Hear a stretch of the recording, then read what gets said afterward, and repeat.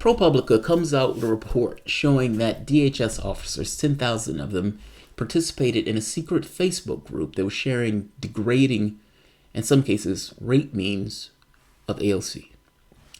AOC gets the opportunity to grill DHS Secretary McClellan about those very pictures. He's the guy that was running CBP. Yeah, CBP. And now she gets the opportunity to ask that guy questions. Welcome to the Soapbox.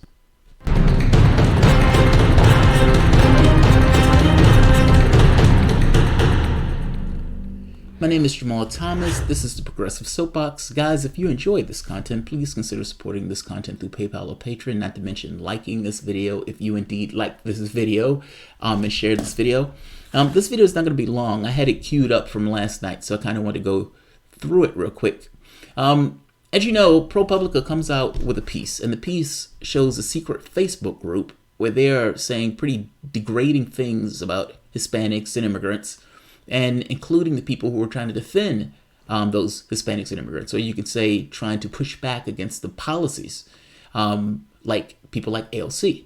Now, apparently she was, was singled out in this process. And, it's a pretty degrading thing in and of itself to have a rape meme about a member of Congress. And that is indeed what had taken place. She has questions. She should have questions. And she has pretty pointed questions for one Mr. McClellan. Interesting to note, so many people left Trump's administration that this guy is serving two roles. When Kristen Nielsen left, he took her spot. So he's functioning in the capacity of Customs and Border Patrol and Homeland Security. When I was like, she's hitting him, but this is saying Director of Homeland Security. And then it's like, oh, I see. So many people have left the administration. The guy is literally doing two jobs. Let's take a look at AOC getting the opportunity to question somebody about the officers and the conditions whereby officers would write such things. And not just where they would write such things and talk about such things. It's a little disturbing. You wonder about whether or not people are harboring certain ideas in their heads that they may get the opportunity to take out on people who have no power in the process. I don't think the questions are necessarily insane. They could say we're just blowing off smoke. How do we know that? How does AOC know that? How does other immigrants who may be picked up, or for that matter, who may have families, or people who are just interested in those communities not being mistreated? How do they know? How do they know? If you have a Facebook group that's showing this dehumanizing stuff, this degrading stuff, and these guys are supposed to be over other people, these guys have the power to put people in cages. Please tell me you understand why this is disturbing to her and to other people in general. I would feel this way about the cops also, by the way. So, just saying. And look, just on a higher level, I've argued that environment creates behavior, that the environment itself shapes behavior. It's like you can have the nicest person on the planet, you send that guy off to war, that guy may be committing war crimes, and you're like, oh my God, I didn't realize that guy had it in him. You've changed his environment. You've added something into the environment to which that person believes to get from point A to point B, he can either behave this way or needs to behave this way. You have a group of people who are now, at this point, feeling attacked. And not just feeling attacked, in the process of doing their job in and of itself, they may consider it a difficult job. They may harbor certain feelings in general, and they get the opportunity to blow this stuff off. But the attack itself hardens the defense. And in hardening the defense, they put out some really nasty, disgusting stuff. Let's hear AOC question Kevin McClellan.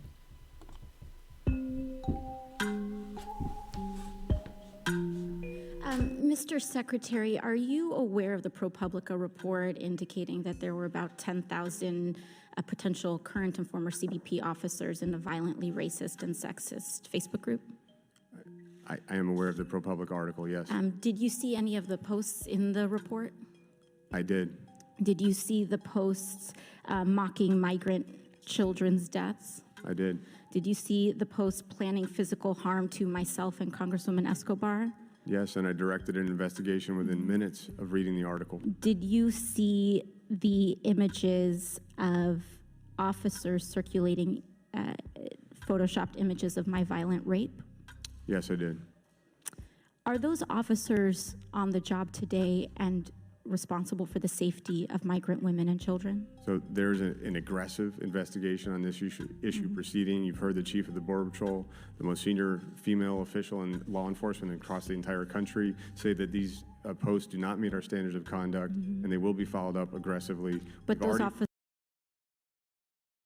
Wait, you're saying that rape memes and memes mocking dead immigrants is not part of your standards of conduct? That's good to know. That's good to know. We've already put individuals on administrative duties. I don't know which ones correspond with which posts, and we've issued cease and desist orders to dozens and more. Did you consider the dehumanizing effect on the officers, specifically in child separation, and forcing them to take children away from their parents?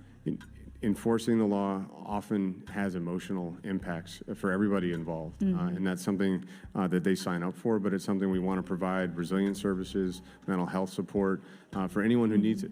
Do you think that That's true, by the way. You may inherently dislike this guy, but what he just said right there is true. Environment affects and creates behavior. You tell somebody, I need you to rip babies from their mamas. Well, the person has to be a particular way in order to get themselves to do that particular thing. It's not as an absolute, nor is it one of those things you can say, well, the guy shouldn't have taken on a job, the guy, all that stuff may be true.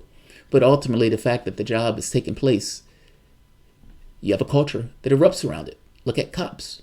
What is cop culture like? You think it's going to be that different in Border Patrol? And even in the case of Border Patrol, it's even worse to some degree because you're separating kids from their mamas, not to mention putting other people in cages, private prisons, no less. What he's saying is not necessarily insane. His point is, look, we provide all the services that we can provide for them, et cetera, et cetera. Now, her point is it possible that the separation program in and of itself created a dehumanizing environment whereby people start to behave in this way? Now, see, this is where I kind of disagree with her slightly. I think to some degree they're behaving in this way in the sense of the Facebook group sharing memes about her is because, for the most part, they feel that she's been going after their policies. She should go after their policies. It's her job to go after their policies. They feel attacked by that. And to some degree, you can make an argument that ultimately they're doing the job that the President of the United States compelled them and that they're paid to do. In which case they feel attacked for doing so. Just because you're given a job doesn't necessarily mean the job is right or moral. And in this case, this program is disturbing to say the least. I understand the officers feel attacked. I understand they may even feel they have a difficult job. All of that may be true. Sharing a rape meme, do you really need to tell somebody that that's a problem?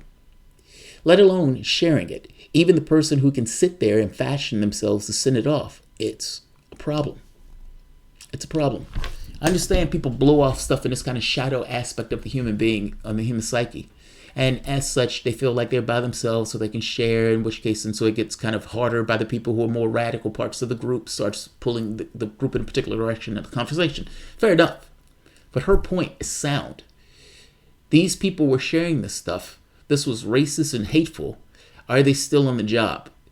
And do you believe that there's a culture around this for the fact that they can have 10,000 people within this Facebook group? Let's let her finish. Because I think she has a fair point on this. Because ultimately, I have no way to know what is in your head. And I have to trust that you're going to be a fair and honest arbiter in the way that you're pursuing your affairs. But I can't know that. I don't know that. Nor should we take it for granted, especially when there's evidence that that may not be the case. One of the kids or some of the people talking about they're drinking out of toilets and whatnot, or not being able to brush their teeth. Like, this is really nasty stuff that we're talking about. So it's not necessarily insane that she's raking him over the coals on this, asking, this is violent, racist, and hateful. And do these people still have their jobs? And how many other people that were part of this group that are still working on the force and in this community? And if they're harboring these thoughts, and they're working with people that they're harboring these thoughts on, certainly you can understand that this is somewhat of a problem. Every bit as much, if not more so, as if they would have found this racist and hateful stuff on a cop that was on the force in the United States. Does that cop keep his job and stay on the force interacting with African Americans if they find racist and hateful literature in a group that the guy would belong to? No. That answer is no. If he shoots one of us, he'll get off. But at least there's a potential that he gets taken off the desk duty or taken off his job if you find a meme in a group. Let's hear her finish. The policy of child separation could have contributed to a dehumanizing culture within CBP that contributes and kind of spills over into other areas of conduct? We do not have a dehumanizing culture at CBP. Okay. This is an agency that rescues 4,000 people a year, that's absolutely committed to the well-being of everyone that they interact with.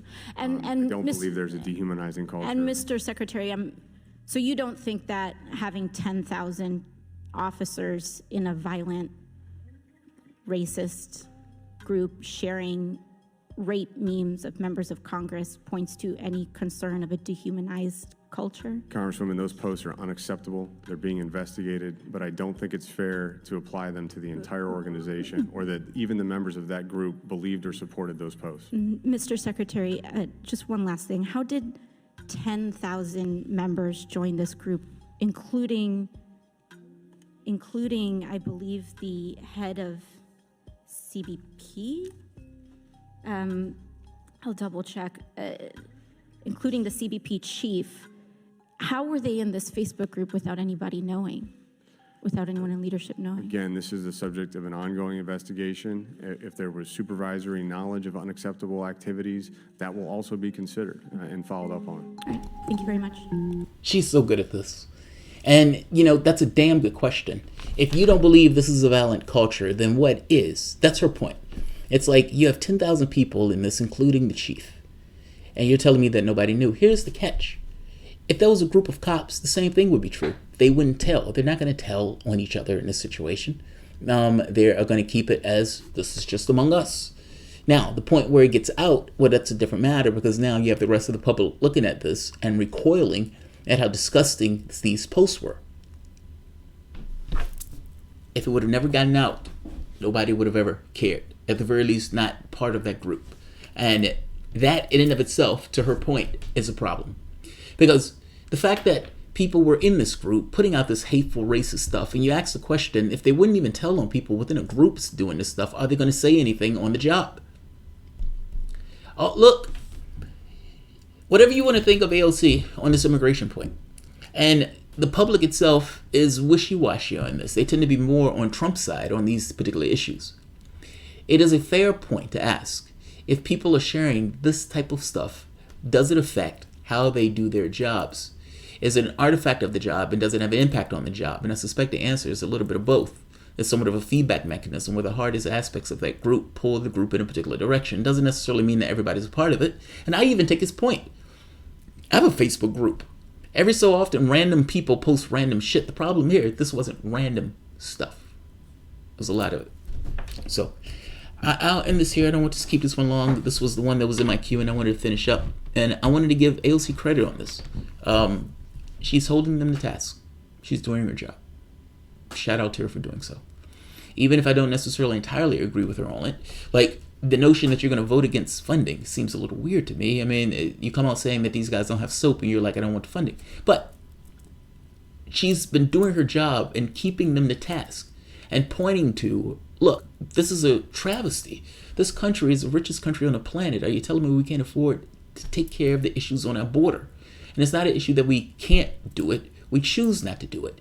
We've kicked this football down, Democratic Party using this as a political football with this notion that, hey, if you voted in the Republican, you're going to get, and then they get the Republican.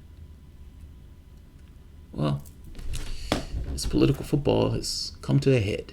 So I'll end it here. Share, like, subscribe. Thanks all. Bye-bye.